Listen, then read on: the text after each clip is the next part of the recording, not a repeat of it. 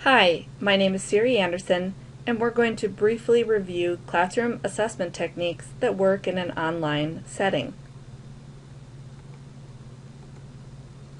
6 tools that are commonly used for assessment in the classroom or online are having students ask questions, finding out what students already know, facilitating student in creating metaphors or compare-contrast setups of information that they're learning, facilitating students in talking to somebody else about what they're learning, creating a way for students to graphically represent the organization of what they're learning, or polling the class.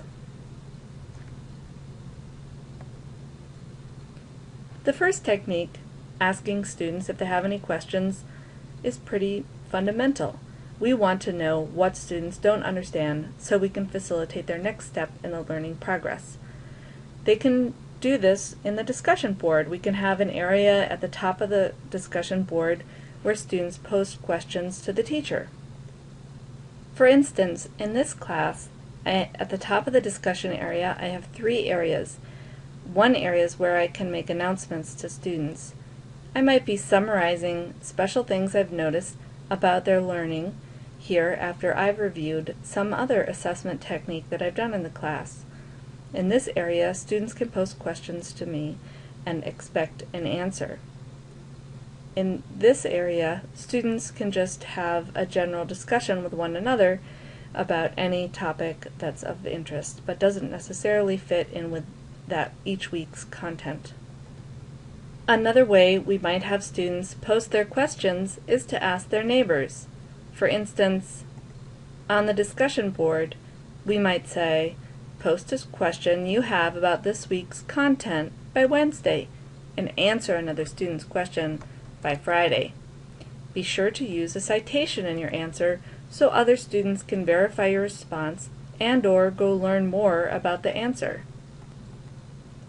Some other techniques are to have students explain what they're having trouble understanding, or have students post their confusing areas anonymously.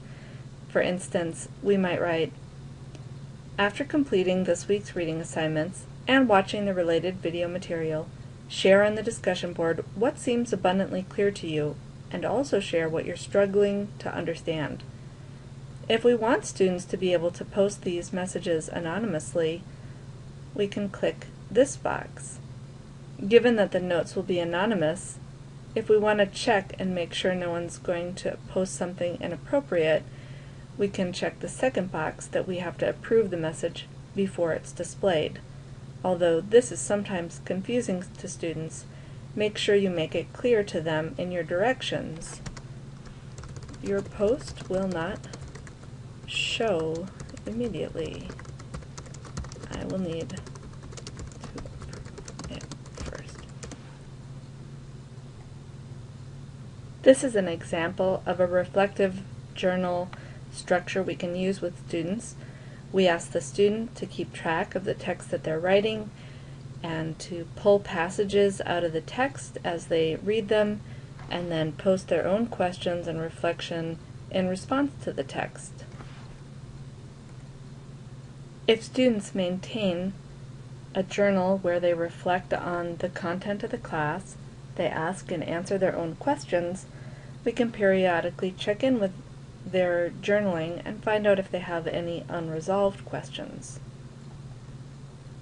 And of course, we can always send students to our email to have them send us personal questions such as about grades or other types of questions where they wouldn't necessarily want them to be shared publicly. I always tell students also that if they have a question that they're highly emotional about, it's probably better to ask it by phone. Another strategy for eliciting student information and giving them feedback about their progress is to have them summarize what they know about a topic already. We can do this by creating a list of information and asking each student to summarize what they know about that topic and post it or various topics and post it in the discussion board or at some other place so they can see what other students are learning about the different topics. For instance, here's an example of a wiki that's been set up so that students can choose a vocabulary term, write a definition, and create a mnemonic device for other students to learn that. Each student has the opportunity to choose which word they want to create content for and which word they would like to create a memory device for the other students to learn about the topic. VoiceThread is another excellent tool for having students give feedback about what they know about a topic. Here's an example from a class where students were given various topics and then allowed to come in and comment on those different topics. You can comment by text, or you can comment by audio, and you can even comment by video. Each slide has a different set of content that students can share their understanding of, and they can do it in a variety of means. We can also ask students to share on the discussion board their explanation of various topics, a summary of everything they know about a topic that they could write in 1 minute, or some other way of documenting what they know and why they know it about a topic. It's important to make students connect what they know with their own life experience, with something that they're reading about in the class, or with something that's happening in the world. Text to self, text to text, text to world. Have the students demonstrate what they know by making connections between important things. An important technique is to have students translate what they're learning into a familiar form, or to apply it to something that they know well and potentially is either musical or rhythmical. Oops, I mean rhythmic. So for instance, after you have students compose research about a topic, have them summarize the topic in a haiku, or have students translate what they know into the words of a silly song, like the Brady Bunch song or SpongeBob. The point of having students be playful with what they know isn't just to entertain them, it's to have them stop and reflect on what they're learning and see if they can pull together the key concepts into another format, and this process can help them to recall the information later. It can also be a great stop to student laziness or plagiarism, because it won't be easy for them, for instance, to Google and find a SpongeBob SquarePants song about constitutional rights or photosynthesis or the Renaissance movement, so they'll have to create it themselves. There are many online tools that we can use to have students create cartoons, drawings, stories, movies, animations, or comics about a topic that they're learning. This tool, and all of them you can find in some free format. For instance, this one is called Storybird. The images are provided within the tool by professional artists, and students supply the words. Toondoo, or Toondoon, is an example of a cartoon making tool that allows you to, or your students, to create books or drawings about a topic. Extra Normal is an example of a video making tool that allows students for free to create animated videos about a topic. And of course, we can just have students create their own metaphor statements and share them on the discussion board, or I've had students each choose one topic and create a metaphor visual for that topic, submit the slides, and then I collect those into one giant slideshow that they can use to study for tests, with the description of the word with the definition on one slide and the next slide being the visual prompt. Often in class, we'll ask students to do a think, pair, share technique where we pause and suggest that they discuss with their neighbor some topic that we've just introduced and let them just sort of come to some conclusions about it, repeat it to that person, or follow up on some kind of a application of the concept that we're talking to them about. Just because you're online doesn't mean you can't do this. Students are likely to exchange phone numbers, have access to each other's emails through your course, can go into any kind of chat program, whether that's online through your course or Skype or Yahoo, any of the tools that students use to chat with each other. And in many cases, some students can meet in person to discuss matters and bounce ideas off each other. Or, of course, you can set up a discussion board with groups so that students can discuss an idea with their neighbor informally before they're going to get any formal feedback on it.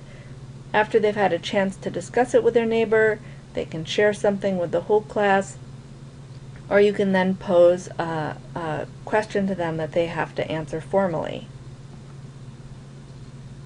The other thing to remember is that students in the class aren't the only people that our students can talk to.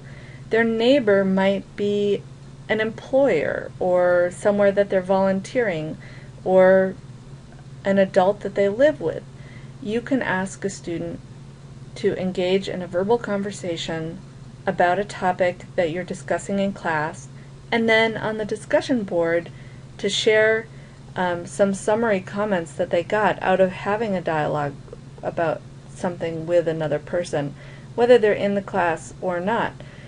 This can be very helpful because it allows students to tap into the resources around them and to build their collective network. Here's an example graphic organizer using the tool MindMeister. This is about the topic of Google+. Notice that the arms branches are collapsible, and this is a tool that can be collaborative where all students can edit the various branches, add graphics, add links, and they can do so simultaneously, much like in a Google Doc. Of course, graphic organizers help us to see the relationship between parts and can be done using a variety of free online tools or a piece of paper and a crayon. Many students have scanners where they could then upload an image of what they've created so that the rest of the class could appreciate their understanding of how the parts connect to one another. Finally, another tool that's important to use in class is to survey the class for information and be able to aggregate their conclusions about a topic. We can do this in a variety of ways online. In a classroom, we might say something like, "Let me see a show of hands."